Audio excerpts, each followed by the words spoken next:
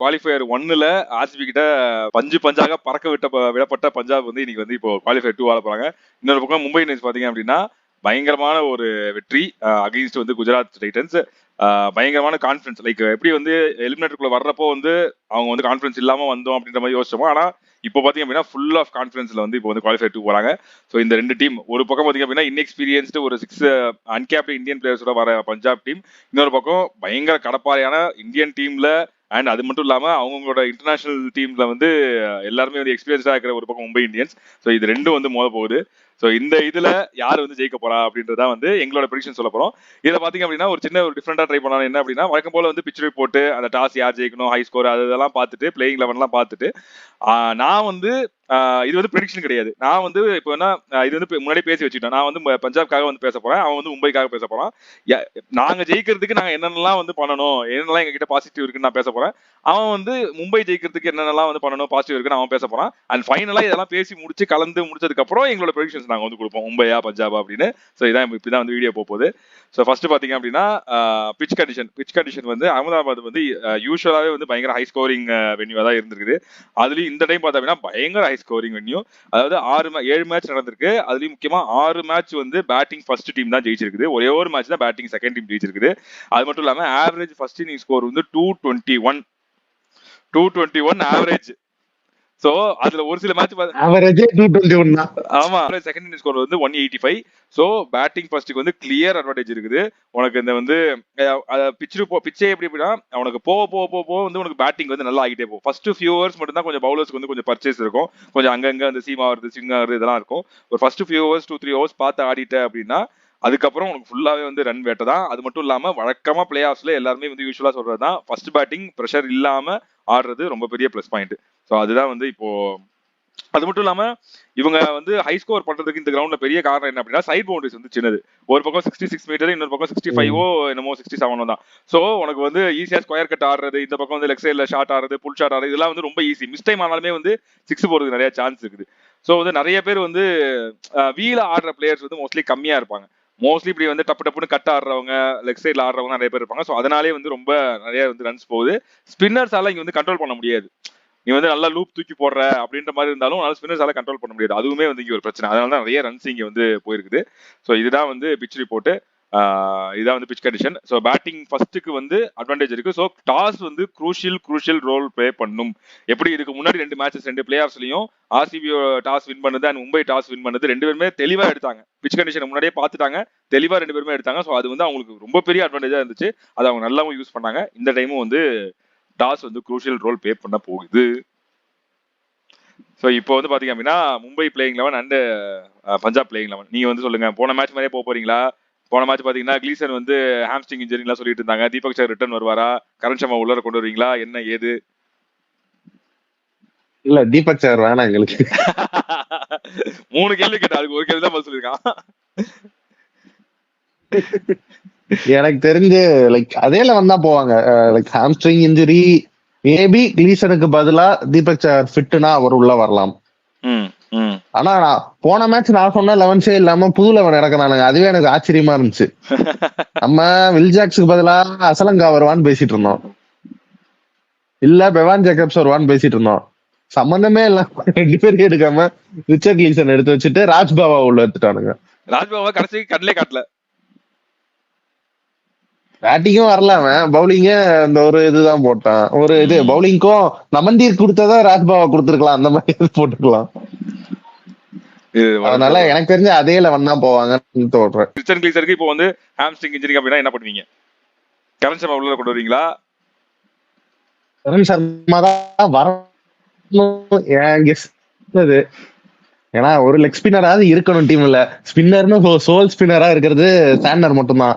அதையும் ஒரு தான் கொடுத்து எனக்கு அடுத்து.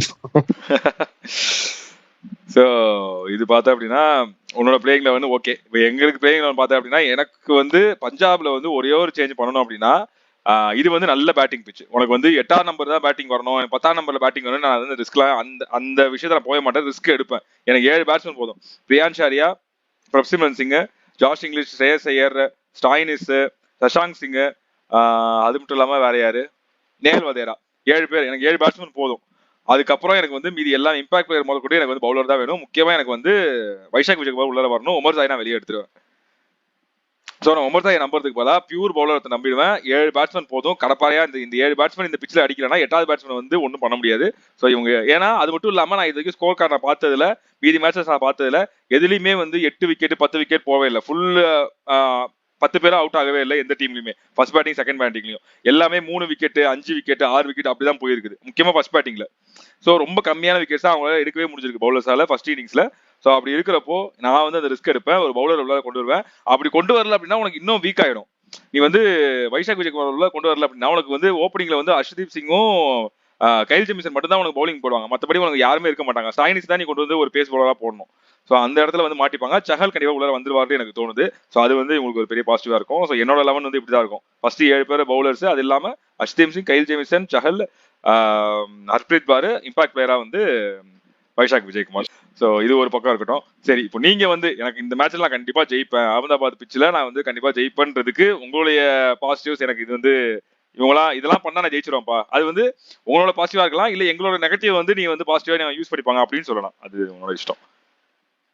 ஓகே, நான் என்ன சொல்றேன், இப்போ மும்பைல பாத்தீங்கன்னா Rohit Sharma, Jonny Bairstow, Suryakumar Yadav top 3யும் டாப் நாட்ச் ஃபார்ம்ல இருக்காங்க.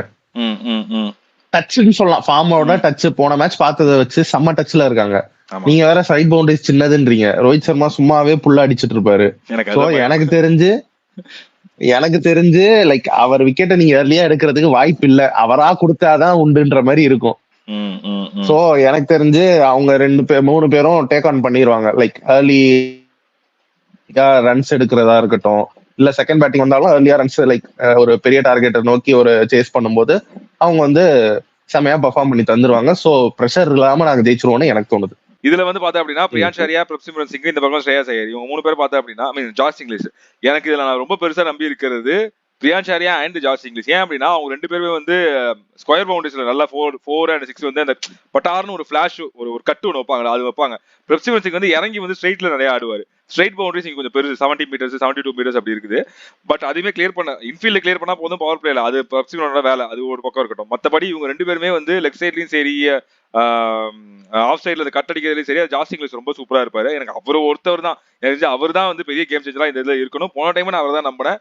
ஸோ அதனால வந்து இதுல பாசிட்டிவ்னு பார்த்தேன் அப்படின்னா எனக்கு தெரிஞ்சு பிரப்சிம்ரன் சிங்கும், பிரியான்ஷ் ஆரியாவும் ஜாஸ் இங்கிலீஷும் அவங்க 2 பேரும் வந்து இந்த சைட் பவுண்டரிஸை யூஸ் பண்ணிப்பாங்கன்னு எனக்கு தோணுது. ஓகே, நான் ஒத்துக்கிறேன். ஆனா இவங்களோட விக்கெட்ஸை எங்க போல்ட், கிளீசன் இல்ல பும்ரா, இந்த 3 பேர்ல ஏதோ ஒரு பேசர் எடுத்துருவாங்க. Higher chance for Boult to go for Prabhsimran Singh. ஏன்னா அவரு லைக் ஸ்விங்குக்கு எதிராக ஸ்ட்ரகிள் ஆகி நம்ம பார்த்துருக்கோம். லாஸ்ட் மேட்ச் கூட கொஞ்சம் கஷ்டப்பட்டாரு அவரு.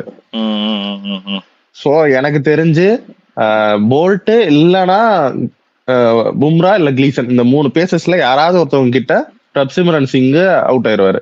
நீங்க சொன்ன பிரியன்ஷ் ஆரியாவும் ஜாஸ் இங்கிலீஷும் ரன்ஸ் போகலாம், பட் ஸ்டில் கண்டெயின் பண்ற அளவுக்கு பும்ரா ஒரு 3வது ஓவர் வந்து போறாருல, நான் பவர் பிளேல ஒரு ஓவர் போட்டுருவாரு.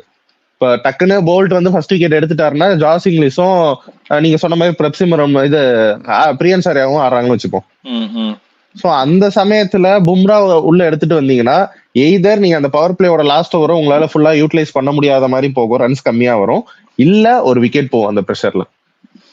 ஏன்னா ஒரு பேட்டிங் பிட்ச்ல இறக்கிட்டு பும்ராக்கு ஒரு பவர் பிளே லாஸ்ட் ஓவர் கொடுத்தோம்னா நீங்க ஸ்ட்ரகிள் ஆவீங்க. அந்த பவர் பிளே கேபிடலைஸ் பண்ணாதான் உங்களுக்கு ஒரு பெரிய ஸ்கோர் போகும். அது நான் அக்செப்ட் பண்ணிக்கிறேன். உங்க பவுலர்ஸ் வந்து சூப்பரா இருக்காங்க. இதுல வந்து என்ன அப்படின்னா இவங்க ஐ பிலீவ் இன் ஸ்ரேயஸ் என்ன அப்படின்னா போன மேட்ச் பயங்கரமா அடி வாங்கிட்டு வராங்க. ஆனா அதை வந்து ரிக்கி பாண்டிங் அண்ட் ஸ்ரேயஸ் ஐயரால அப்படியே வந்து மாத்த முடியும். நான் போன டைம் அடி வாங்கிட்டேன், அந்த பண்ண தப்பா நான் திரும்ப இந்த பக்கம் பண்ண மாட்டேன் அப்படின்றதுல அவங்க எப்படின்னா, இப்போ சப்போஸ் வந்து பஞ்சாப் வந்து குவாலிஃபயர் 1 ஜெயிச்சு ஃபைனல்ஸ் போயிருந்தாங்கன்னா ஃபைனல்ஸ்ல இந்த மாதிரி பீட்டிங் வாங்குறதுக்கு நிறைய சான்ஸ் இருக்கு. ஏன்னா இன்எக்ஸ்பீரியன்ஸ் பிளேயர் அந்த ஃப்ளோல அப்படியே ஃபைனல்ஸ் போயிட்டாங்கப்பா, அங்க போய் என்ன ஆக போகுது தெரியலன்ற மாதிரி யோசிச்சிருக்காங்க. ஆனா இப்போ வந்து குவாலிஃபயர் 1லயே பயங்கரமா அடி வாங்கிட்டாங்க. ஸோ அதுல இருந்து அவங்க கொஞ்சம் தெளிஞ்சு வந்திருப்பாங்க, இல்ல இந்த மாதிரி ஷாட்ஸ் எல்லாம் ஆடக்கூடாது, இவ்வளவு வந்து மூர்க்கத்தனமா போயிட்டு டமால் டிபில் ஆடக்கூடாதுன்னு சொல்லி கொஞ்சம் அவங்க கொஞ்சம் டவுன் ஆகியிருப்பாங்க மீன்ஸ் அவங்க அந்த ரொம்ப அந்த அக்ரெசிவ்னஸ்ல இருந்து கொஞ்சம் கம்மியா வந்திருப்பாங்கன்றது எனக்கு தோணுது மைண்ட் செட் வழியா. அது மட்டும் இல்லாம போன மேட்ச்ல இந்த மைண்ட் செட் வழியாவே வந்து நான் போன மேட்ச்ல மும்பைல பார்த்தது என்ன அப்படின்னா, கொஞ்சம் வந்து பேட்டர்ஸ் அடிக்க ஆரம்பிச்சப்போ, சாய் சுதர்ஷன் அண்ட் வாஷிங்டன் சுந்தர் அடிக்க ஆரம்பிச்சப்போ டக் அவுட்ல முதற்கொண்டு மும்பை இந்தியன்ஸ் வந்து பயங்கர டென்ஸ்டா இருந்தாங்க. ஜெயவர்தனே, மலிங்கா, பொலாடி எல்லாருமே அவ்வளவு பரபரப்பா இருந்தாங்க.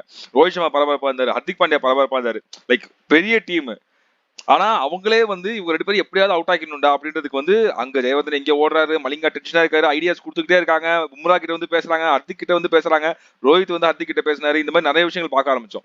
சோ அந்த டென்ஷனை, அதுவும் முக்கியமா சாய் சுதர்ஷன், வாஷிங்டன் சுந்தர் மாதிரி சின்ன பசங்க வந்து அடிக்கிறாங்கன்றதை இதே மாதிரி பஞ்சாபும் பண்ணாங்க அப்படின்னா அவங்களுக்கு என்ன பண்றதுன்னு தெரியாம கொஞ்சம் அவங்களுக்கு இருக்க ஒரே சீட் கோட் பும்ரா தான். நான் திரும்பவும் சொல்றேன், போன டைம் போல்ட் அடி வாங்கினாரு, இதே போல்ட் தான் அடி வாங்கினாரு, கிளீசன் தான் அடி வாங்கினாரு. பும்ராவை மட்டும் கொஞ்சம் பார்த்து ஆடிட்டாங்க. அந்த ஒரு over or 2 over in power play பார்த்து ஆடிட்டாங்கன்னா இவங்களுக்கு ரன்ஸ் தான். அதோட அவர் எண்ட்ல தான் வருவாரு. எண்ட் ஆர் மிடில் ஓவர்ல ஒரு ஓவர் போட்டுட்டு எண்ட்ல ஒரு ஓவர் வருவாரு. அந்த 4 ஓவர்ல வந்து எனக்கு 20 ரன் போதும், 25 ரன் போதும் அப்படின்னு பார்த்து ஆடிட்டு மீதி 16 ஓவர்ல என்னால 200 ரன் அடிக்க முடியும், அது எனக்கு போதும்னு ஆட்டாங்கன்னா இவங்க சூப்பர், இல்லைன்னா கஷ்டம். அந்த மைண்ட் செட்டுக்கு இவங்க வருவாங்கன்றது எனக்கு ஒரு நம்பிக்கை. ரிக்கி பாண்டிங் அண்ட் ஸ்ரேயஸ் ஐயர் கொண்டு வருவாங்கன்றது எனக்கு ஒரு நம்பிக்கை. இதுதான் டாப் 3க்கு எனக்கு இருக்குது. பிளஸ் மைண்ட் செட் வழியே எனக்கு வந்து எனக்கு இன்னொரு பாயிண்ட் என்ன இருக்குதுன்னா, லைக் ஆல்ரெடி மும்பை கிட்ட வந்து பஞ்சாப் ஜெயிச்சிருக்கு. Like last league game Punjab and Mumbai ஆடினப்போ பஞ்சாப் ஜெயிச்சிருக்கு. சோ அதெல்லாம் மைண்ட்ல வச்சு அனலிஸ்ட் வச்சு இன்னும் கொஞ்சம் பெட்டரா எப்படி இவங்க விக்கெட்ஸ் எல்லாம் எடுக்கலாம் அப்படின்ற மாதிரி ஒரு ஹோம்ஒர்க் பண்ணிட்டு தான் இவங்க உள்ள வருவாங்கன்னு, மும்பை உள்ள வருவாங்கன்னு தோணுது.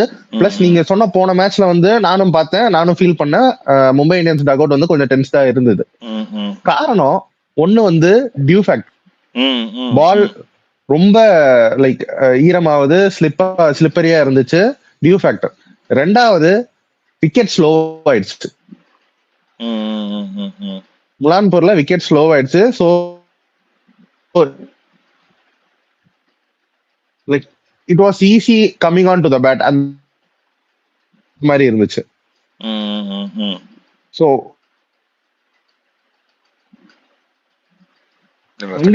இருந்துமே அந்த கடைசியில அந்த 6 balls 24ன்ற மாதிரி ஒரு நிலைமையில வந்து ஜெயிச்சிட்டோம். So we can imply the same thing on the next match too. ஏன்னா நான் ஒத்துக்கிறேன், இது வரைக்கும் மும்பை இந்தியன்ஸ் வந்து அகமதாபாத்ல வந்து பேட் ரெக்கார்ட்ஸ் தான் இருக்குது. பட் மாறும், ஏன்னா டீம் இப்ப வந்து ஓரளவுக்கு நல்லா கான்ஸ்டன்டா இருக்கு, தெளிஞ்சிருச்சு. நம்மள இதுக்கு முன்னாடி என்னென்ன சேஞ்சஸ் பண்ணிருக்காங்களே, இப்போ கரெக்டா பிளே ஆஃப் டைம்ல சேஞ்ச் ஆயிருக்காங்களே, இது எந்த அளவுக்கு இவங்களை பாதிக்க போகுது அப்படின்லாம் நம்ம பேசிட்டு இருந்தோம். But they prove we can fit in அப்படின்ற மாதிரி அந்த நியூ இன்க்ளூஷன்ஸ் எல்லாம் இருக்காங்க. ஸோ அப்படி இருக்கும்போது இது வந்து இந்த ரெக்கார்டும் லைக் அகமதாபாத்ல மும்பை இந்தியன்ஸ் வந்து ஜெயிச்சதே இல்ல கம்மியா ஜெயிச்சிருக்குன்ற ஒரு ஒரு ஸ்டேட்மெண்ட்டை இவங்க மாத்துவாங்க அப்படின்றது எனக்கு தோணுது. இன்னொரு பக்கம் வந்து உங்க பேட்ஸ்மேன் அவுட் ஆக்குறதுக்கு அப்படின்னா நான் பயங்கரமா நம்பியிருக்கிறது வந்து அர்ஷ்தீப் சிங். அர்ஷ்தீப் சிங் ஓப்பனிங்ல விக்கெட் எடுத்தா மட்டும்தான் பஞ்சாப் பவுலிங் கொஞ்சம் பிரகாசமா தெரியும், இல்லைன்னா கஷ்டம். அதனாலே ஒத்துக்கிறேன். எப்படின்னா ரோஹித் சர்மா போன டைம் கொஞ்சம் ஸ்ட்ரகிள் ஆனதோ, பேஸ்டோ கொஞ்சம் ஸ்ட்ரகிள் ஆனது என்ன அப்படின்னா, கொஞ்சம் அந்த ஃபுல் லென்த் டெலிவரியில ரோஹித் சர்மா இல்ல, பேஸ்டோ வந்து கொஞ்சம் அந்த ஃபுல் லென்த் டெலிவரியில கொஞ்சம் ஸ்விங் லைட்டா அந்த ஸ்விங் ஆச்சு அப்படின்னா தான் அந்த கேச்சஸ் கொஞ்சம் கொஞ்சம் போச்சு குஷால் மெண்டிஸ் கிட்ட. மற்றபடி கொஞ்சம் ஷார்ட்டா போட்டாலும் சரி, என்ன பண்ணாலும் சரி அடிச்சிடறாப்ல, பவுன்சர் போட்டாலும் சரி அடிச்சிடறாப்ல. கொஞ்சம் அந்த ஃபுல் லென்த் டெலிவரி போட்டு லைட்டா அந்த ஸ்விங்குக்கு ஹர்ஷ்தீப் சிங் யூஸ்வலா அது பண்ணுவார். அது பண்ணாரு அப்படின்னா பேஸ்டோ விக்கெட் எடுக்கிறதுக்கு சான்ஸ் இருக்கு. அண்ட் ரோஹித் சர்மாக்கு பார்த்தா அப்படின்னா கொஞ்சம் அந்த ஷார்ட் ஆஃப் லென்த் அவருக்கு அந்த ஆர்க்ல கொடுக்க கூடாது, நல்லா அந்த புல்லு அடிக்கிற மாதிரி கொடுக்கறது, நல்லா ஆஃப் சைட்ல இழுத்து போறது, அதெல்லாம் பண்ணக்கூடாது. நல்லா உடம்போட ஒட்டி போடுற மாதிரி இருக்கணும். நல்ல ஒரு ஆஃப் இது மாதிரி ஒரு ஷார்ட் ஆஃப் லென்த் மாதிரி போட்டோம் அப்படின்னா ரோஹித் சர்மா கொஞ்சம் கஷ்டப்படுவாரு. இனிஷியலா எடுத்துடணும், கொடுக்குற கேட்ச பிடிச்சிடணும், சான்ஸ் கொடுக்குறப்ப எடுத்துடணும். இதுதான் வந்து இவங்களுக்கு இப்போ பாசிட்டிவா இருக்கும் அப்படிங்களா. நான் அப்படியே மிடில் வந்தோம் அப்படின்னா பஞ்சாபுக்கு வந்து இந்த பக்கம் ஸ்ரேயஸ் ஐயர், ஸ்டாயினிஸ், நேல் வதேரா, சஷாங்க் சிங், சாரி 4 பேருமே வந்து எனக்கு என்னன்னா எஸ் போன டைம் சொல்லப்படாங்க, பட் அதே இது திரும்ப வராதுன்னு எனக்கு தோணுது. இவங்க 4 பேரும் கம்பேர் டு வந்து ஓப்பனிங் பார்த்தா அப்படின்னா இவங்க 4 பேரும் நல்லா எக்ஸ்பீரியன்ஸா இருக்க மாதிரி இருக்கு. சஷாங்க் சிங் வந்து ப்ரெஷர்ல இருந்திருக்காரு. ஸ்ரேயஸ் ஐயர் அஃப்கோர்ஸ் அவர் தான் மிஸ்டர் டிபெண்டபிள் இந்த டீமுக்கு. ஸ்டாயினிஸ் வந்து மாட்டடி காட்டடி மன்னன், அவர் வந்து அடிப்பாரு. ஸோ போன டைம் பார்த்தா அப்படின்னா எல்லா டீம்ல எல்லாமே ஸ்ட்ரகிள் பண்ணப்போ இவர் தான் கொஞ்சம் அந்த 25 ரன் அடிச்சு கொடுத்தது இவர் தான். ஸோ கூட யாராவது கொஞ்சம் நின்றுருந்தாங்க அப்படின்னா இவர் அடிச்சிருப்பாரு. ஸோ அப்படி இருக்கிறப்போ இவங்க 4 நேகல் வதேரா நல்ல சொன்ன மாதிரி அந்த சைட் பவுண்டரிஸை யூஸ் பண்ணக்கூடிய நல்ல பிளேயர். ஸோ இவங்க 4 பேருமே வந்து மிடில் ஓவர்ஸை கேபிடலைஸ் பண்ணுவாங்கன்னு தோணுது. எஸ்பெஷலி உங்ககிட்ட ஸ்பின்னர் இல்ல, கண்ட்ரோல் பண்ணதுக்கு ஆள் இல்ல, நீங்க போன மாதிரி வந்து சேட்னர் யூஸ் பண்ணாம ஒரு ஓவர் கொடுத்துட்டு நமந்திருக்கு ஒரு ஓவர் கொடுக்கறது, இல்ல வந்து நடுவில் பார்த்தா அப்படின்னா கிளீசன் வந்து ஓவர்ஸ் எல்லாம் இருக்குல்ல. ஸோ அதெல்லாம் Gleeson overs, even Hardik Pandya over அவருமே வந்து பேடா தான் போட்டுட்டு இருக்காரு. ஸோ அந்த ஓவர்ஸ் எல்லாம் இவங்க மிடில் ஆர்டர் வந்து கொஞ்சம் பனிஷ் பண்ணுவாங்க. ப்ரொவைடட் இன்னொரு ஸ்டார்ட் என்ன அப்படின்னா ஓப்பனிங்ல பிரியான்சாரியா ஆர் பிரப்சிமன் சிங் வந்து 45+ அடிச்சாங்கன்னா நல்ல ஸ்கோர் வருது பஞ்சாபுக்கு. 2 பேர்ல யாராவது ஒருத்தர். ஸோ அப்படி அவங்க ஓப்பனிங் கொஞ்சம் செட் பண்ணி கொடுத்தாங்கன்னா மிடில் ஆர்டர் வந்து நல்லா கேபிடலைஸ் பண்ணுவாங்க அப்படின்னு எனக்கு தோணுது. இது என்னோட பாசிட்டிவா எனக்கு தோணுது பஞ்சாப்க்கு. எங்க டீம்ல என்ன தெரியுமா சார், டாப் 2 பேட்ஸ்மேன் அவுட் ஆனாலுமே கடப்பார லைனப் வச்சிருக்கோம். அது கரெக்ட். எவ்வளவு ஸ்கோர் வேணாலும் அடிக்கக்கூடிய கேப்பபிலிட்டி இருக்க ஒரு பிளேயர்ஸ் இருக்காங்க. எஸ், நான் ஒத்துக்கிறேன், லாஸ்ட் டைம் பஞ்சாப் கூட ஆடும்போது கொஞ்சம் சொதப்பணும். பட் ஸ்டில் அந்த இதுலயுமே, அந்த சொதப்பல்லையுமே we scored total like 180 plus. So நான் என்ன சொல்றேன், இவங்க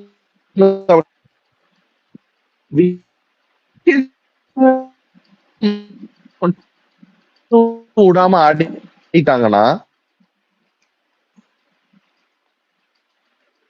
ஒரு பெரிய ஸ்கோருக்கான கேப்பபிலிட்டி இருக்கு. இப்போ சூரியகுமார்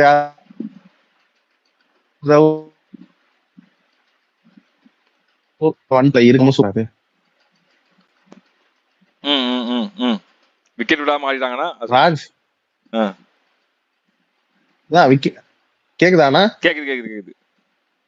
அதான் விக்கெட் விடாம ஆடிட்டாங்கன்னா பின்னாடி வர பேட்ஸ்மேன் வந்துட்டு ஈஸியா அதை கேபிட்டலைஸ் பண்ணி ரன் ஸ்கோர் பண்றதுக்கான சான்சஸ் அதிகமா இருக்கு. ஸோ எப்படி சொல்றது, இப்போ மிடில் ஆர்டர் பாத்தீங்கன்னா ஒரு 3-4 பிளேயர்ஸ் சூப்பரா ஆடிட்டு இருக்கிறாங்க. திலக் வர்மா, ஹர்திக் பாண்டியா,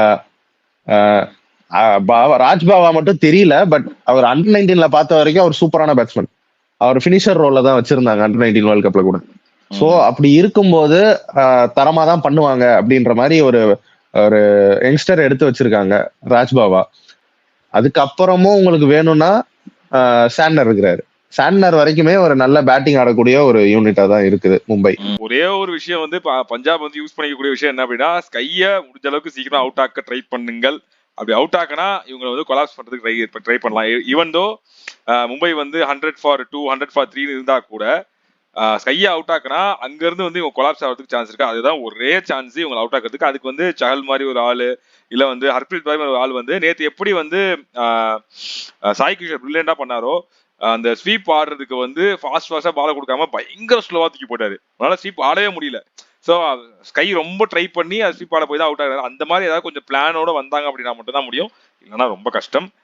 ஸோ இது வந்து இவங்களுடைய மிடில் ஆர்டர். இந்த பக்கம் பார்த்தீங்கன்னா ஃபாஸ்ட் பவுலர்ஸ் அண்ட் ஸ்பின்னர்ஸ். உங்க இதில் வந்து ஃபாஸ்ட் பவுலர்ஸ் பார்த்தா அப்படின்னா பும்ரா, போல்ட் அண்ட் கிளீசன், அது இல்லாமல் ஹர்திக் பாண்டியா.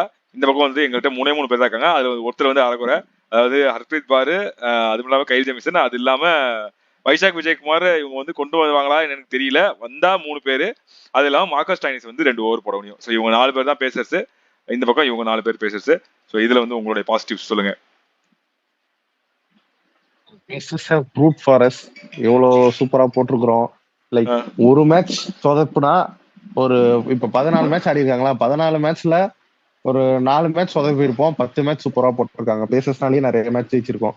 ராஜஸ்தான் ராயல்ஸ், சன்ரைசர்ஸ், அப்புறம் டெல்லி கேபிட்டல்ஸ், இவங்க கூட எல்லாம் ஜெயிச்சதுக்கு காரணமே பேசர்ஸ் தான். குவாலிட்டி பேஸ் அட்டாக் வச்சிருக்கனால நான் என்ன சொல்றேன், we will make the Punjab batsman to struggle for sure. அவ்வளவு ஈஸியா இருக்க போறது இல்ல. லாஸ்ட் டைம் பண்ண மாதிரியான மிஸ்டேக்ஸ் எல்லாம் இப்ப கரெக்ட் பண்ணிட்டு வந்து இப்ப சூப்பரா போடுவாங்க. எந்தெந்த லென்ஸ் வந்து பிடிச்சு போட்டா உங்களுக்கு கஷ்டமா இருக்குமோ அதெல்லாம் பிடிச்சு போடுவாங்க அப்படின்ற ஒரு ஹோப் எனக்கு இருக்கு. அது இல்லாம நீங்க சொன்னது பேசஸ் இல்லாம அஸ்வினி குமார் இம்பாக்ட்ல வரலாம். ஆமா, அவர் பயங்கரமா இம்பாக்ட் கிரியேட் பண்ணாரு போன மேட்ச். அப்புறம் ராஜ் பவா அவரும் பேசுறதா. ஏடா பவுலர், என்னடா 82 பேர் உங்க டீம்ல இருக்க மாதிரி இருக்கா? எங்கள்கிட்ட நாங்க டீம்ல ஆள் தேடிக்கிட்டு இருக்கோம், உங்க இவ்வளவு பேர் வச்சிருக்கீங்க. யார உள்ள இறக்குறதுன்றதுலே கன்ஃபியூஷனா இருக்குது பாஸ். அப்படி இருக்கிறோம் நாங்க. சோ எனக்கு இதுதான் இந்த பக்கம் பார்த்தா பேசல எனக்கு இதுல பார்த்தா அப்படின்னா அகைன் திரும்பவும் நம்பி இருக்குது ஹர்ஷ்தீப் சிங் மட்டும் தான். கேல் ஜெமிசன் அவரோட லென்த்ல எல்லாம் போட்டு அட்டி சாட்ஸ் தராங்க. எக்ஸப்ட் போன டைம் வந்து இந்த ஸ்விங் கொஞ்சம் பர்ச்சேஸ் கிடைச்சது, அது இல்லைன்னா அப்படின்னா கேல் ஜெமிசன் போட்டு பொழக்கிறாங்க.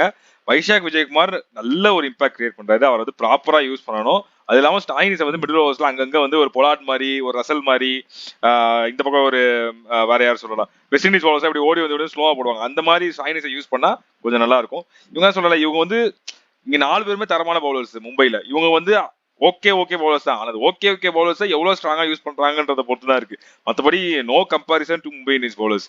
ஹர்ஷ்தீப் சிங் மட்டும் தான் இந்தியன் பவுலர்ஸ்ல, அந்த பவுலர்ஸ்ல top bowler, top T20 bowler. மற்றபடி எல்லாமே கொஞ்சம் சுமார் தான், இன்எக்ஸ்பீரியன்ஸ் தான். ஸோ அதுதான் வேற பாசிட்டிவ் இல்ல சொல்றதுக்கு ஒண்ணுமே கிடையாது. ஓப்பனிங்ல நீங்க கொஞ்சம் விக்கெட் எடுத்தீங்க அப்படின்னா ஸ்கையோட விக்கெட் எடுத்தீங்கன்னா மட்டும் தான் உண்டு.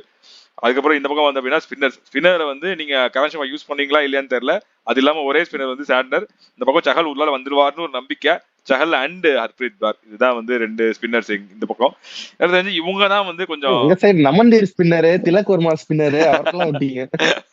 சரி அவங்களதான் சொல்லல, ஒரு செக்ஷன்லயும் 82 பேர் வச்சிருந்தா நான் என்ன கம்பேரிசன் பண்றது நானு. சோ இதுல பார்த்தா அப்படின்னா 2 பேரு ஓகே, நான் ஒத்துக்கிறேன் உங்க சைடு வந்து ஒரு எக்ஸ்பீரியன்ஸ்டு லெக் ஸ்பின்னர் இருக்கிறாரு உள்ள ஆடுனா. அப்படி இல்லனா ஹர்ப்ரீத் பிரார், இன்னொருத்தர் யாரு, அவ்வளவுதான். ஸ்பின்னர் இல்லனா அவ்வளவுதான். வேற யாராவது பவுலர் ஏதாவது ஃபாஸ்ட் பவுலர் கொண்டு வரதா உண்டு. ஓகே, நான் ஹர்ப்ரீத் பிராருக்கு அத கிரெடிட் கொடுப்பேன். ஏன்னா அவர் ப்ரூவ் பண்ணிருக்காரு. இதுக்கு முன்னாடி எவ்வளவு சூப்பரா போட்டு நம்ம பாத்துருக்கோம். விராட் கோலி விக்கெட் எடுத்து பாத்துருக்கோம். லைக் அவருக்கு எதிராக பேட்ஸ்மேன் கொஞ்சம் ஸ்ட்ரகிள் பண்ணி பாக்குறோம், பிரேக் த்ரூஸ் எடுத்து பாத்துருக்கோம். ஆனா அதே இந்த சைடு வந்தோம்னா வெறும் சாண்டர் மட்டும் தான் சோல் ஸ்பின்னரா எனக்கு தெரியறாரு. மேபி கரண் சர்மா உள்ள வந்தால், அவரை யூஸ் பண்ணினால், அவர் வந்து ஒரு லைக் அவரும் பிரேக் த்ரூ எடுக்கக்கூடிய ஒரு பவுலர் தான். Most of the times bad balls போடக்கூடிய ஒரு பவுலர். பட் ஸ்டில் விக்கெட்ஸ் வேணும்ன்ற போது கண்ணை மூடிட்டு கரண் சர்மா கிட்ட கொடுக்கலாம். ஆனா இந்த சைடு பார்த்தனா அப்படியே மாறி ஒரு ஆஃப் ஸ்பின்னர் வந்து ஒரு லெக் ஸ்பின்னர் வந்து லெஜெண்டரி பவுலரா இருக்கிறாரு. மும்பைல ஒரு ஆஃப் ஸ்பின்னர் வந்து லெஜெண்டரி பவுலரா இருக்கிறாரு. சோ அப்படி இருக்கும்போது எனக்கு தெரிஞ்சு குஜராத் பிட்ச்ல டர்ன் கிடைக்கும், நல்லாவே கிடைக்கும். அதுதான், அதாவது டர்ன் கிடைக்கிறத தாண்டி ஸ்பின்னர்ஸ் அடிப்பாங்க. இதுல வந்து நான் நம்பி இருக்கிறது என்ன அப்படின்னா சஹலோடைய அந்த இந்த டைம் அவர் வந்து சைட் லைக் ஸ்கை மட்டும் தான் அந்த ஸ்வீப் ஆடி நல்லா டேக் பண்ண முடியும். அது இல்லாம பார்த்தா அப்படின்னா ஸ்ட்ரைட்ல அடிக்க ட்ரை பண்ணாங்கன்னா அவுட் ஆகிறதுக்கு சான்ஸ் இருக்கு. பிளஸ் அவருடைய லூப், அவருடைய எக்ஸ்பீரியன்ஸ், அவருடைய லூப், அதை வச்சு எனக்கு தெரிஞ்சு அவர் போடுவாரு. அண்ட் ஹர்ப்ரீத் வந்து ஃபிளாட்டா நல்லா போடுவாரு. ஸோ அதுல வந்து மேபி அந்த ஸ்பீட்ல டிசீவ் ஆவாங்களோன்னு எனக்கு தோணுது. இவங்க கண்ட்ரோல் கொடுக்கணும், விக்கெட்ஸ் எடுப்பாங்கன்னு தெரியாது. ஏன்னா இந்த மேட்சஸ்ல பார்த்தா அப்படின்னா ஸ்பின்னர்ஸ் அவ்வளோ விக்கெட்ஸ் எடுக்கல. ஸோ இவங்க வந்து கண்ட்ரோல் தான் கொடுக்க முடியும். இவங்களோட 8 ஓவர்ல ஒரு 65 ரன்ஸ் 70 ரன்ஸ் பிளஸ் சுருக்கிட்டாங்க அப்படின்னா 65-70 நான் சொல்றேன் 8 ஓவர்ஸ் பர் ரன் அப்படி போட்டு கொடுத்தாங்க அப்படின்னா வெல்டன் ஸ்பின்னர்ஸ் பஞ்சாப்னு சொல்லிடலாம். மற்ற இதெல்லாம் வந்து அவங்க ஃபாஸ்ட் பவுலர்ஸ் தான் பார்த்துக்கணும். ஸோ இவங்களோட எக்ஸ்பீரியன்ஸ் அண்ட் ஹர்ப்ரீத் பாரோடைய இந்த ஐபிஎல் எக்ஸ்பீரியன்ஸ் தான் வந்து கை கொடுக்கணும் எனக்கு தோணுது. இந்த ஒரு டிபார்ட்மெண்ட் தான் மும்பையை அடிக்க முடியும் அப்படின்னா இந்த ஒரு டிபார்ட்மெண்ட் தான் அடிக்க முடியும். மற்ற எந்த டிபார்ட்மெண்ட்டும் அடிக்கிறது வந்து கஷ்டம். ஸோ இதுதான் வந்து இவங்களுடைய பாசிட்டிவ்ஸ். இது ஸோ நம்ம எல்லா பாசிட்டிவ்ஸும் பேசிட்டோம், மைண்ட் செட் வரைக்கும் பேசிட்டோம், பிளேயர் எப்படி ஆடுவாங்கன்னு பேசிட்டோம். இதெல்லாம் வந்து ஒரு பக்கம். ஆனால் இது ஒரு பக்கம் நான் பஞ்சாப் சப்போர்ட் பண்ணியிருந்தாலும் மும்பை சப்போர்ட் பண்ணியிருந்தாலும் இதெல்லாம் வச்சு பார்க்குறப்போ யார் ஜெயிப்பா, ப்ரெடிக்ஷன் என்ன, எவ்வளோ பர்சன்டேஜ்? எதுக்கு கேள்வி எல்லாம் கேட்டுறீங்க? மும்பை தான் சொல்லிட்டு ஃபைனல்ஸ் அடுத்து ப்ரிவியூ எப்போன்னு சொல்லுங்க, அடுத்து எடுத்துருவோம். ஓவரா பேசுறானே. பஞ்சாப் இதுக்காக தான் ஆடி தொடங்கிடா ஸ்ரேயஸ், மக்களின் கேப்டன் ஆடுறா.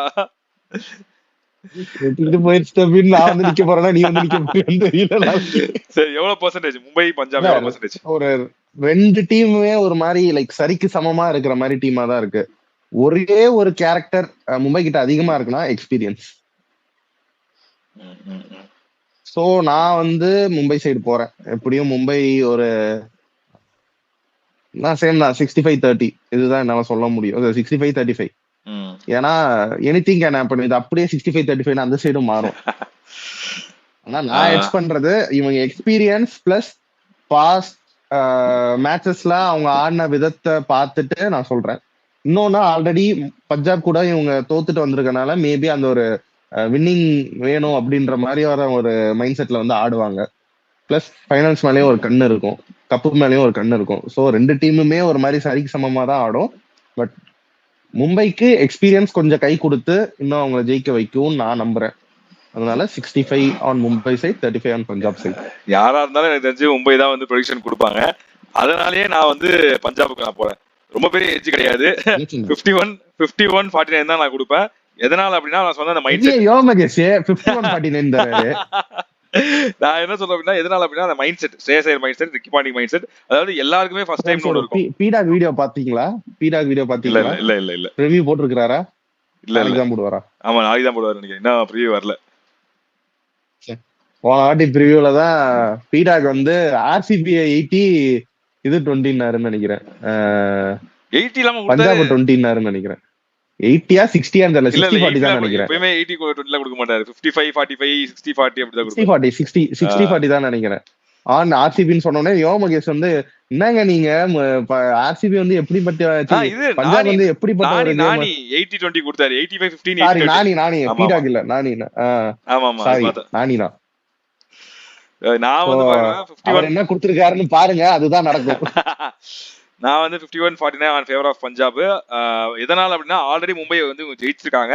எஸ் அஃப்கோர்ஸ் அதுல வந்து மார்க்கோ யான்சன் இருந்தாலும் இதுல இல்ல. பட் அகைன் எப்படின்னா மும்பையுமே ஸ்டார்டிங்ல ஒரு ஃப்ரெஷ் டீமா தான் இருந்திருப்பாங்க, சென்னையுமே ஸ்டார்டிங்ல ஃப்ரெஷ் டீமா தான் இருப்பாங்க. அவங்களும் இந்த பிளே ஆஃப் ப்ரெஷர் எல்லாம் சந்திச்சு அதுல இருந்தா வந்திருப்பாங்க. எனக்கு தெரிஞ்சு இவங்க அடிக்கணும் அப்படின்னா இதுல வந்து மும்பை மாதிரி ஒரு டீம் அடிச்சாதான் அவங்களுக்கு வந்து அந்த எக்ஸ்பீரியன்ஸ் கிடைக்கும்.